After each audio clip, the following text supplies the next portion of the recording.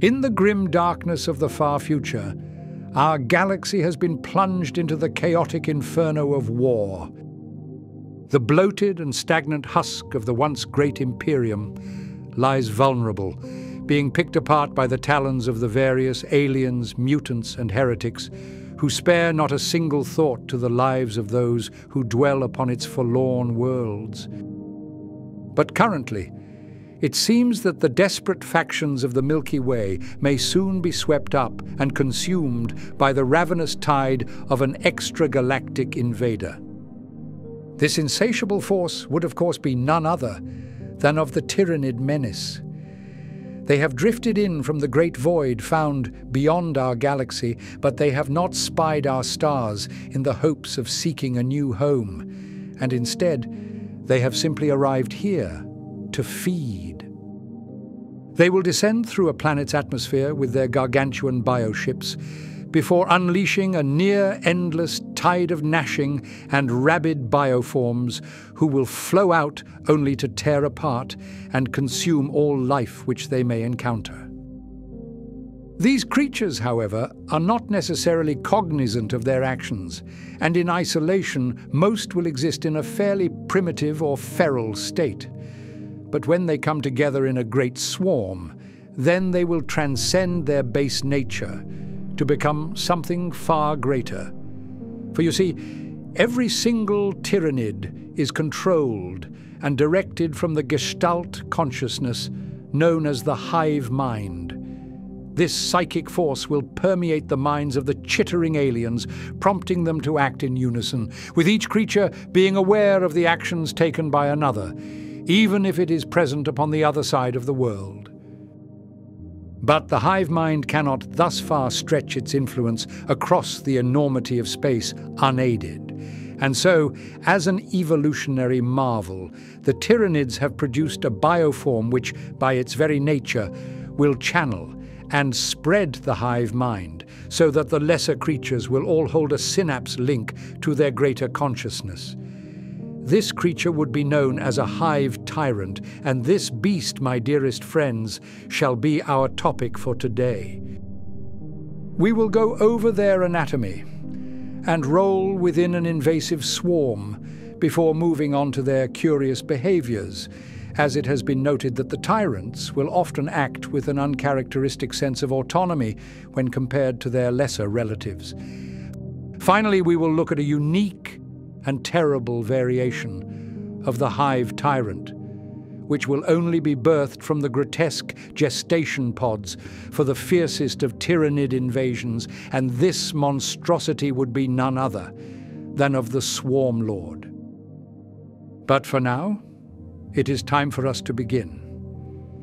We seek the knowledge of the Ordo Biologis, as while we could attempt to walk the pulsating corridors of a Tyranid bioship, I very much doubt that we would find a Hive Tyrant, and instead we would likely become trapped and feasted upon by a swarm of gnashing rippers. Within a single tendril of a Tyranid fleet, there will be a truly countless number of bioforms, chittering and screeching at one another as they wait for the perfect opportunity to descend and feed on the pathetic morsels of life found out in the galaxy. But within these tides, we will find a creature which stands out from all others as a true monstrosity, and this would be of the Hive Tyrant.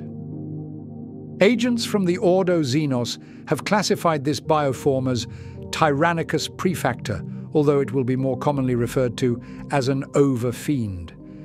Above all others, this beast would be the closest thing to a battlefield commander that we have thus far encountered within their species, as it has been witnessed for these tyrants to direct and corral the lesser swarms as they tear their way across a war zone.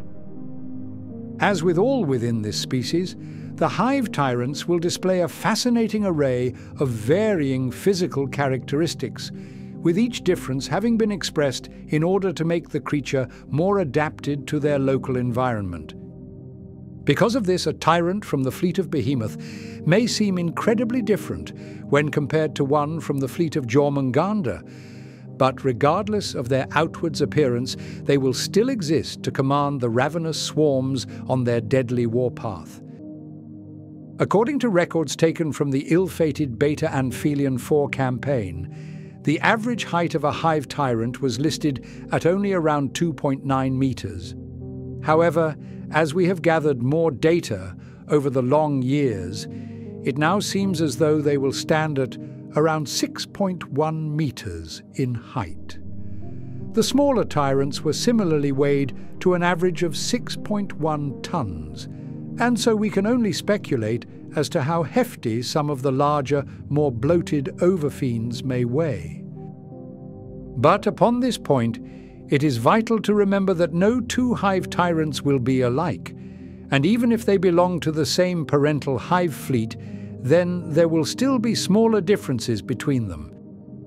These may be incredibly minor, where one tyrant will have expressed slightly thicker chitinous armor, or that another may have been gestated to use close-quarters weaponry rather than the disgusting ranged mutations which have come to plague the stars. Other mutations and variations, however, will be so great that the new tyrant could be considered as belonging to their own subgroup. The most notable example of this would be from the overfiends, who have sprouted a gigantic set of leathery wings, entirely replacing the upper limbs of their thorax. This is thought to be a mutation which occurs in response to the changing stimuli of their environment. But aside from growing their defining wings, these flyrants, as some would call them, are not too dissimilar from a conventional ground-dwelling tyrant. They will swoop down from on high, surrounded by a great flock of gargoyles, only to rain their prey in bursts of bioacids,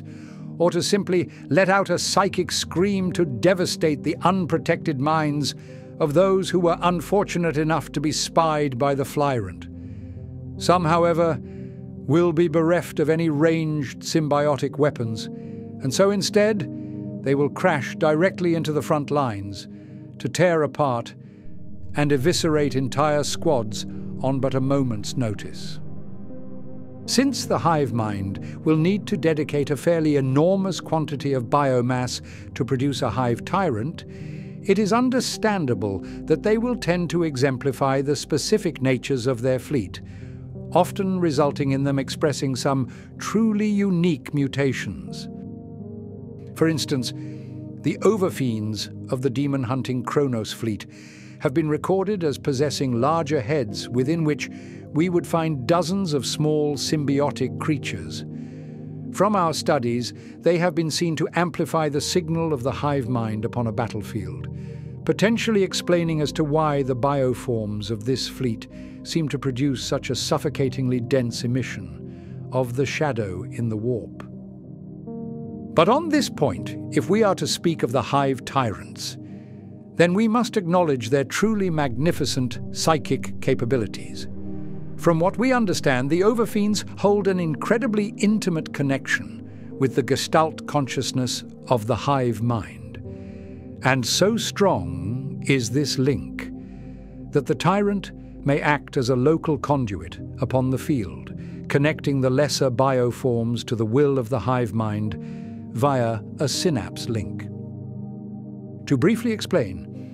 Tyranids who have been abandoned or captured to be held in solitary confinement will primarily act on more primal or basic instincts, and in this disorganized state, they are more of a pest to be exterminated rather than a formidable foe to be handled with respect. But if these creatures are connected via a synapse link to the hive mind, then the Gestalt consciousness can overrule their natural instincts, forcing them to act in a more ordered and sinister manner. From our autopsies, we have found that the central cortex of a hive tyrant will contain a massively overdeveloped network of synaptic nodules, which would explain as to how the hive mind is able to maintain such a close connection, even if they have been deployed far below on a planet's surface. But, rather interestingly, if a lesser bioform reaches a synaptic link with a tyrant, then the Overfiend can impose their own will upon the creature, superseding the directives of even the hive mind itself. To clarify this point, we must understand that if a creature holds a synapse link with a bioform which has not been gestated to command, such as would be the case with a common Tyranid warrior, then they will be entirely reliant upon the wills of the hive mind.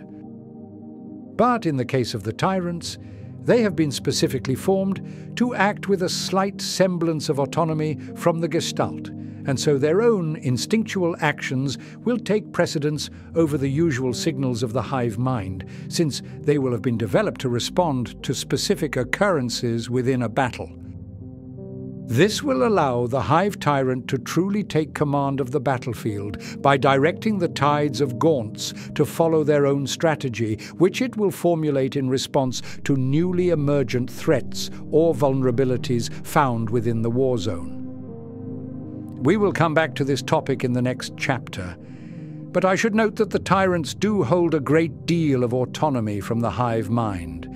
and they can indeed form their own strategic plans which will be cascaded through the Tyranid horde, compelling them to act in controlled unison. They will be permitted to corral the lesser swarms as they see fit,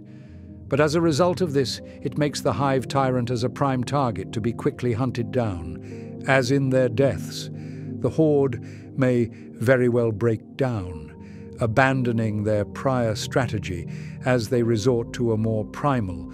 and disorganized state. This, however,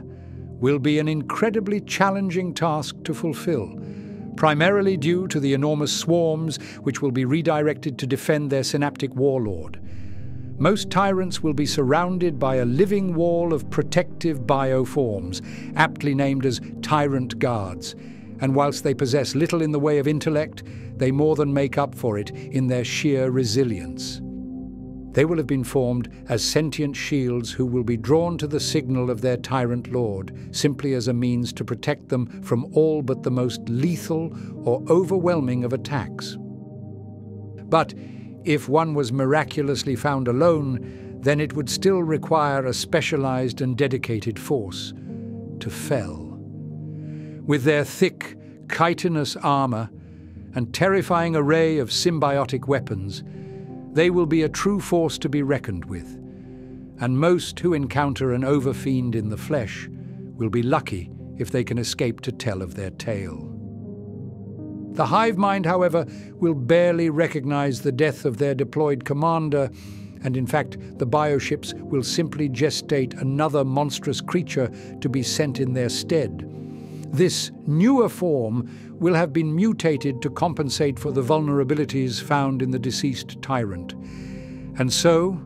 as each new Overfiend is killed, they will simply improve and evolve into a beast which has been perfected to counter the forlorn defenders of their chosen prey planet. On this point of producing new tyrants, I should make it clear that the hive mind may indeed commit several Overfiends to a single world. If the Tyranids have committed themselves to devouring a salubrious planet, stripping it of every last trace of biomass, then we can say with a strong degree of certainty that there will be at least one hive tyrant deployed to the surface. But it is not unheard of for there to be dozens of separate beasts dotted across the planet, with each being in command of their own living tide. For you see, if we were to look at a hive fleet, such as Leviathan, which has grown incredibly bloated from feasting upon the undefended worlds of Segmentum Pacificus, then they will be able to gestate several hive tyrants for each new conflict. In these cases, the death of a single Overfiend will be little more than an inconvenience to the larger fleet, and they will be quick to replace the fallen beast with one which will hopefully be more resilient to the arms of the defenders. A smaller hive, however, such as with the fleet of Moloch, which has been forced to scavenge for biomass amidst the barren wasteland of the Ghoul stars, will have to be far more conservative with its resources. As such, The production of a single Hive Tyrant will be an incredibly significant investment to the hive mind. And if this commanding beast is repeatedly felled in battle, then it could very well set back the entire hive to such a degree that it will be unable to penetrate deeper into our galaxy. Similarly, it is within the very nature of the Tyranids to split their larger fleets, to produce minor splinters, dedicated towards claiming strategically important star systems, and if the tyrant of this splinter force is destroyed, then it could put a halt to this invasive force. For example, the hive world of Avarax is currently under siege from a minor tendril of Leviathan, and so a method for quelling this infestation could very well be to locate and exterminate the presiding Hive Tyrant. But only time will tell to see if the forces of the Space Marines will be successful in such a treacherous endeavor. To look upon a battlefield roiling in its death throes beneath the weight of a Tyranid invasion, we would be met with a most horrific sight. The landscapes will have been buried beneath the skittering waves of gaunts sweeping out like a tsunami to drown out the world's delectable populace. The skies will be occluded by the swooping flocks of gargoyles, racing ahead to sow panic and confusion amidst the pathetic defenders, softening them up and distracting them from the ravenous swarms still to come. Witnessing this from the field, it may give you the impression that the Tyranids simply attack as a singular charging wave, where the gaunts will mindlessly rush forward until they eventually reach a bastion which cannot be pierced. But in actual fact, this is not to be the case. It is, thanks to the psychic connection of the commanding beasts known as Hive Tyrants, which will allow the entirety of an invasive swarm to come together, acting not as a living tide of 1 trillion uncoordinated creatures, but as a single collective superorganism. As we have discussed, thanks to their innate connection with the Gestalt consciousness, the hive mind can flow through them, extending outwards to worm its way into the primitive brains of the lesser organisms, superseding any primordial instincts and forcing them to act in unison as they sweep out to consume the world. They will no longer collide with one another mid-stride, nor will the swarm break apart, as instead the lesser bioforms will now exist as the living appendages to the hive mind itself. Returning to our war zone, if we were to now look upon it from a bird's-eye view, the dreadful coordination of the hive will be plain to see. The invasive swarm will ebb and flow as though they were a sentient ocean, with Tyranid clusters the size of small cities, pulling back only to push outwards towards the regions of the battlefield where their enemies are at their weakest.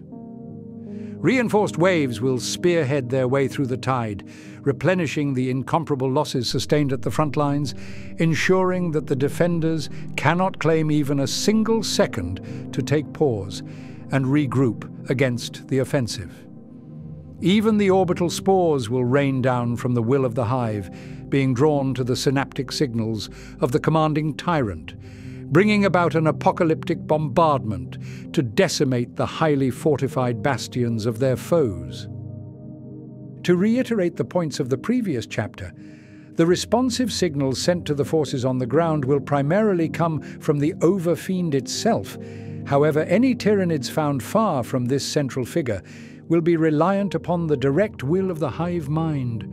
often channeled through lesser creatures, such as by Tyranid warriors. From all which I have said, it should be clear to see that the Hive Tyrants are the closest thing to a commander that will exist within a Tyranid swarm. But they are not solely deployed to wrangle control of the lesser masses, as they will also send their own knowledge back through to the hive mind. For you see,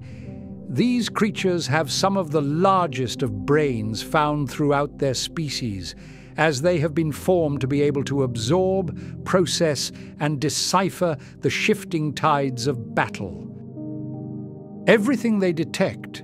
whether it be from the site of a great, unbreakable fortress or from locating the overarching commander of the defenders, will be analysed by the tyrant. And if the beast senses that their forces may be adequate in quelling such a threat, then it can compel the lesser bioforms to move en masse to attack. This will be performed not due to a signal from the hive mind, but instead as an innate urge from the tyrant, prompting the Tyranids to respond as soon as a weakness becomes apparent. This may seem rather odd, as the entire species is subservient to the directives of the Gestalt hive mind, but the tyrants have been granted with a limited sense of autonomy, since it will allow them to immediately trigger a retaliatory offensive,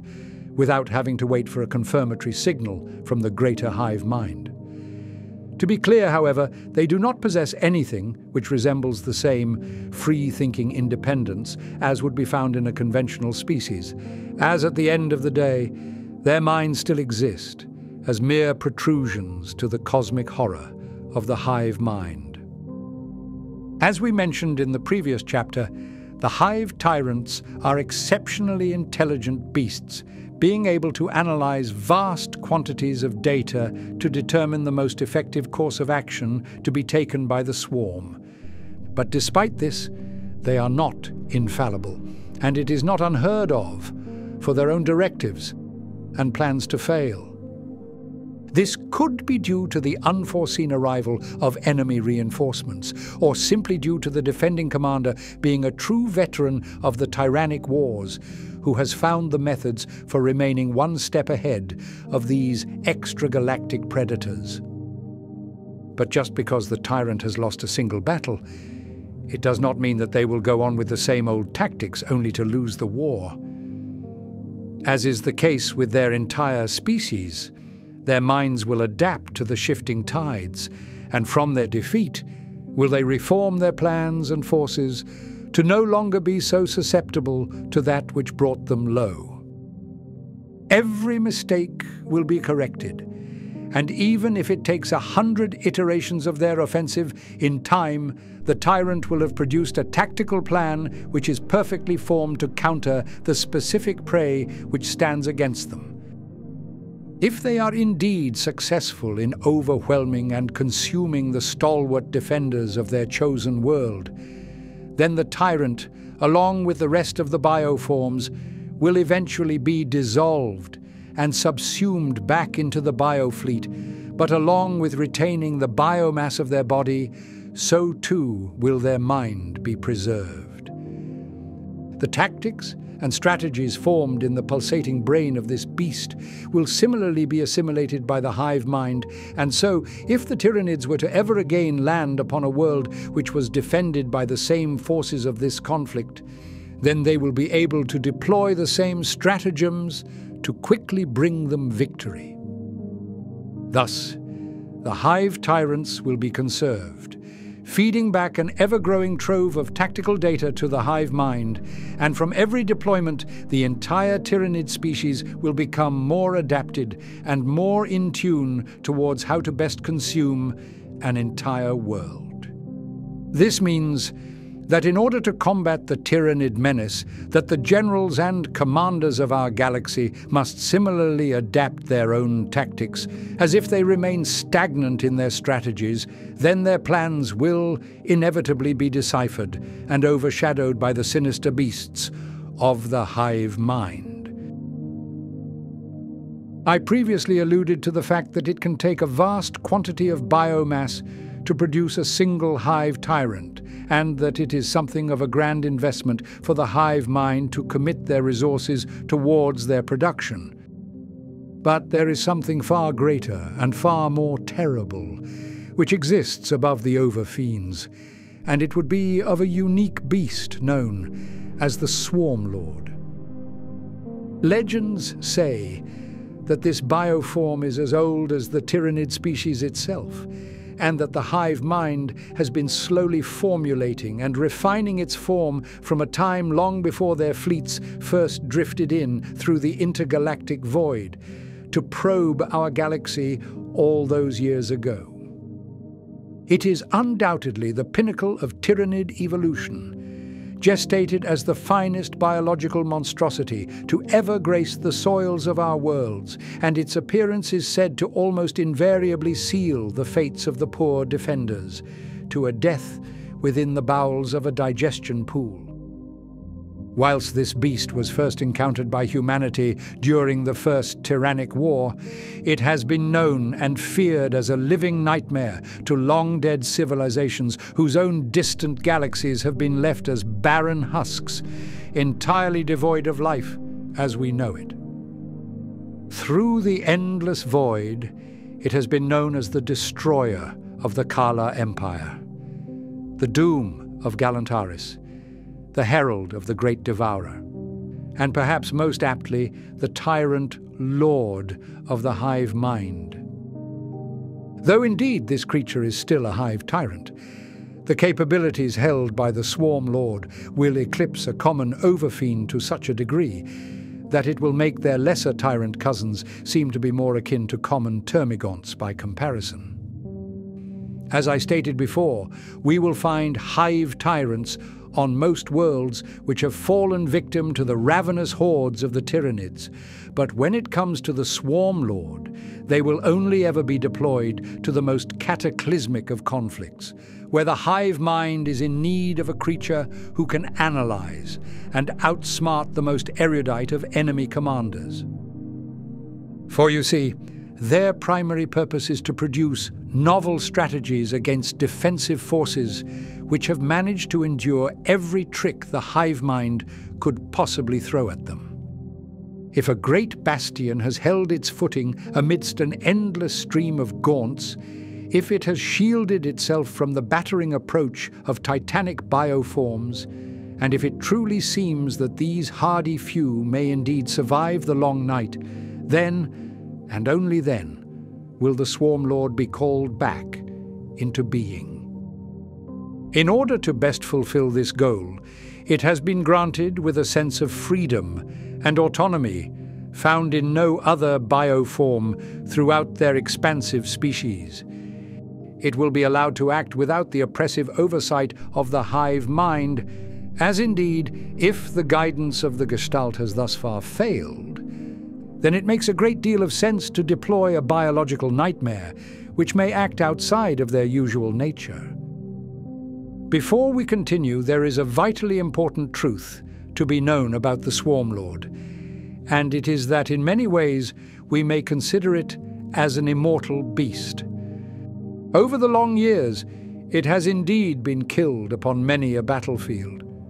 But each time this occurs, its memories and experiences will be perfectly preserved and reabsorbed by the hive. Each time it has been reformed, these memories will persist, allowing it to draw forth from its past knowledge to overcome that which previously brought it low. Since the creature has existed for such an unfathomable duration, facing off against untold thousands of distinct foes, each with their own unique strategies and combat techniques, we can begin to understand how the Swarmlord will have a truly incomparable degree of experience to draw from. There is almost no plan nor maneuver which it has not previously encountered, and for every action taken by its enemies, will it have a time-worn tactic to deploy to perfectly counter their move. From what we understand, the gestation of a Swarmlord seems to be something of a stress response to the hive mind. It will be triggered into being only once the hive has run up against an immovable foe who cannot be drowned out by yet another wave of gaunts, and who requires a strength found not in physical might, but in masterful cunning. As I had previously mentioned, the armies of man were first made aware of this sinister beast during the final days of the First Tyrannic War.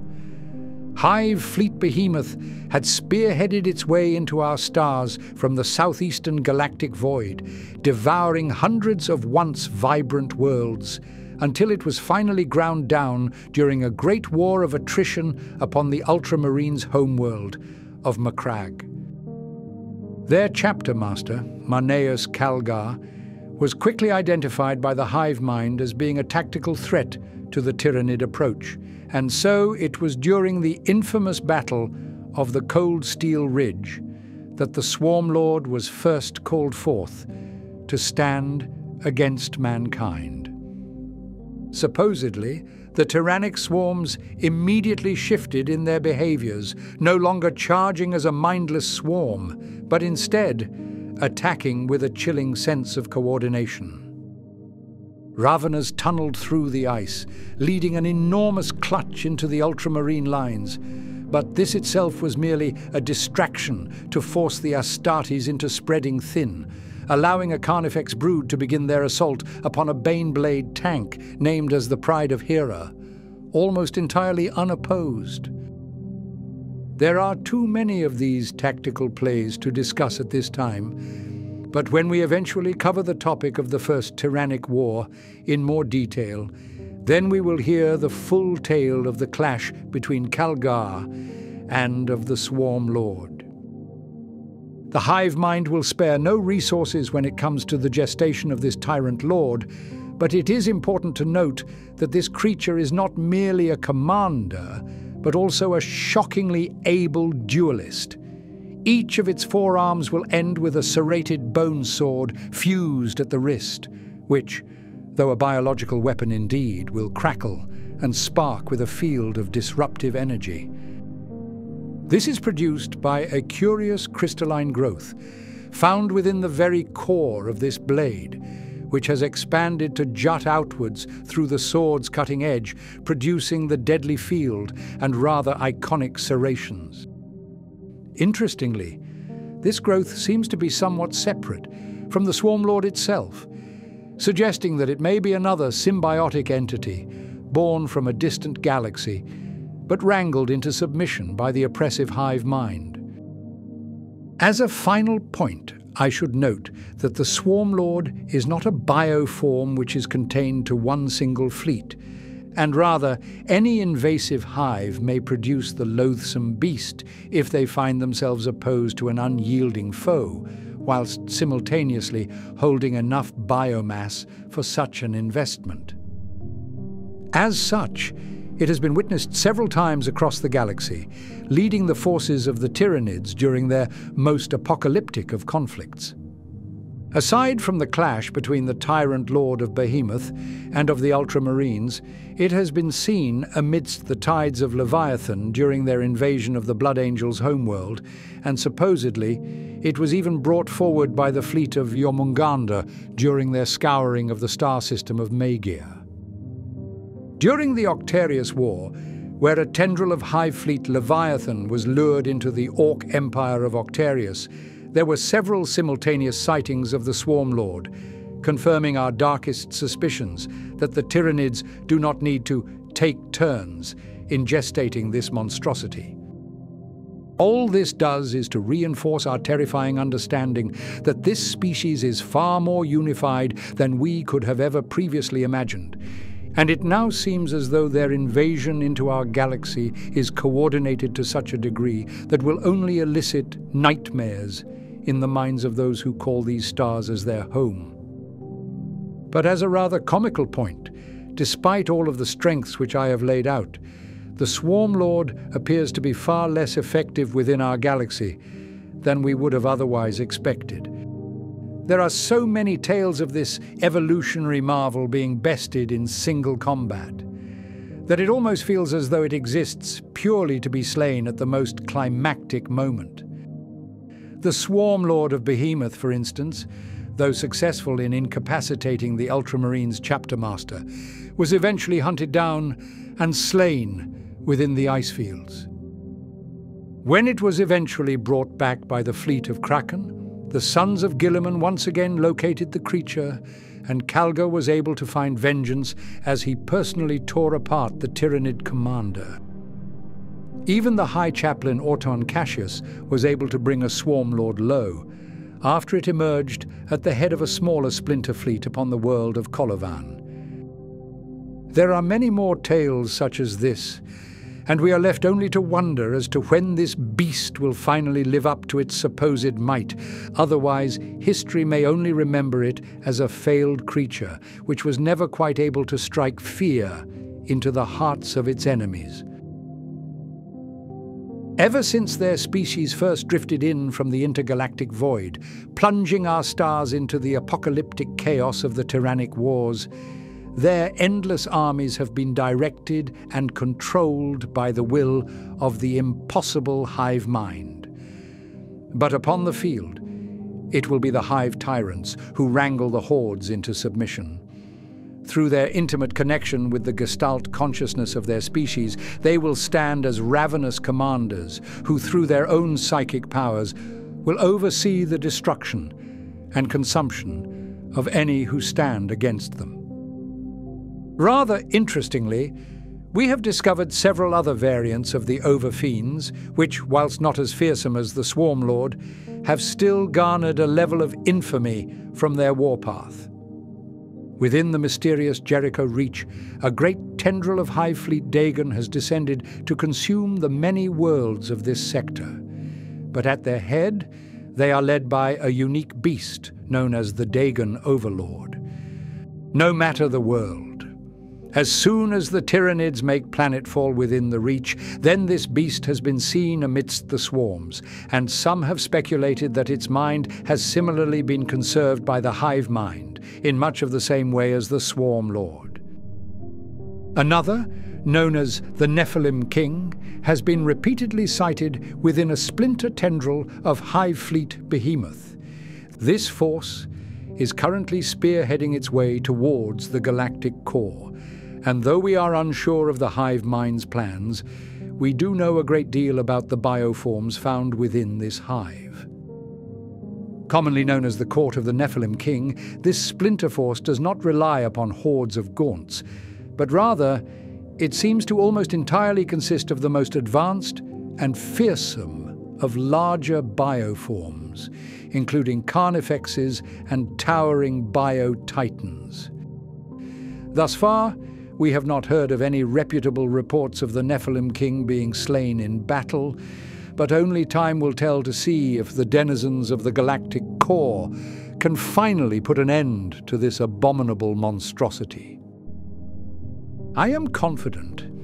that there are dozens, perhaps even hundreds more of these unique bioforms stored within the genetic memories of the hive mind, and perhaps there will come a day where the Tyranid invasion reaches its final stage, and we will witness creatures far more powerful than of even the terrible Swarmlord itself. But with this, I do believe that we have come to our end. My dearest friends, thank you for listening to this investigation into the Hive Tyrants in its entirety, and know that I will soon return with yet another foray into the grim darkness of the far future. For now, however, I must once again wish you with a warm goodbye. Hello again, everyone. Once more, just before we close this one out, I want to share the work of the talented artist Servo Printer. He's been creating a series of high-quality, waterproof stickers, each with a unique and custom design for one of the 18 Space Marine Legions, or of the Custodes, the Grey Knights, and of their Bolters. And if you want, you can get these coated in a matte or a holographic finish. So these have been carefully produced by hand, being designed and put together by an artist who has been passionately involved in the hobby for over 15 years. And for those of you who are interested in purchasing these stickers, if you use the code SCHOLAR on his Etsy page, where the link is in the description, you'll get a 10% discount on your order. And anyway, once again, thank you all for listening, and take care.